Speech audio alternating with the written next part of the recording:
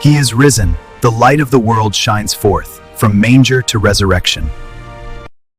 In the beginning, before the world fully understood what was about to unfold, a promise had already been spoken.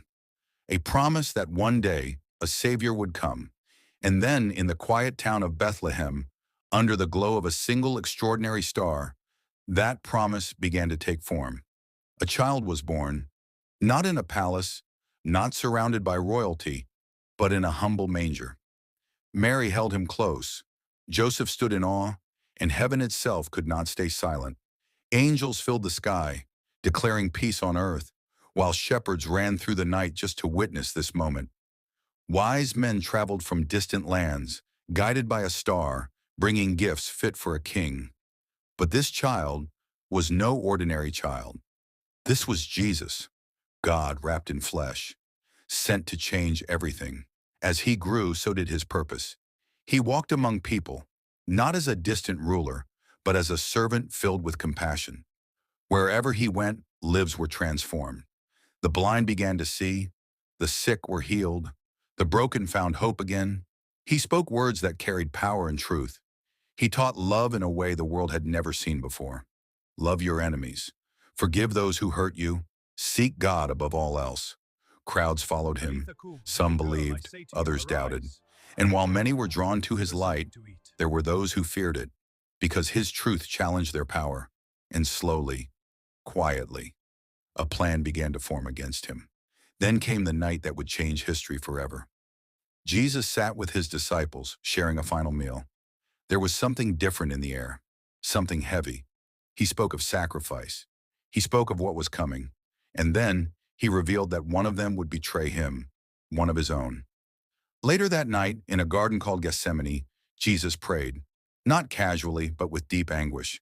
The weight of what he was about to face pressed heavily upon him. Father, if it is possible, let this cup pass from me. But even in that moment, he surrendered. Not my will, but yours be done. Then suddenly, footsteps in the dark, torches flickering, soldiers approaching, and Judas, stepping forward with a kiss. The betrayal was complete. Jesus was arrested, taken, accused falsely, mocked, beaten, humiliated. The crowd that once followed him now shouted against him, "Crucify him!" And though he had done no wrong, he was sentenced to die.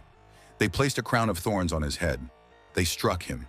They forced him to carry his own cross through the streets as people watched, step by step, wounded, yet silent, until finally, they nailed him to that cross. And there he hung, between heaven and earth, suffering, bleeding. Yet even in that pain, his words were not of anger, but of mercy. Father, forgive them, for they know not what they do. The sky grew dark. The earth trembled. Something in creation itself responded to this moment. And then, with his final breath, it is finished.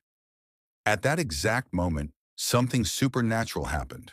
The veil in the temple, the barrier between God and man, was torn in two.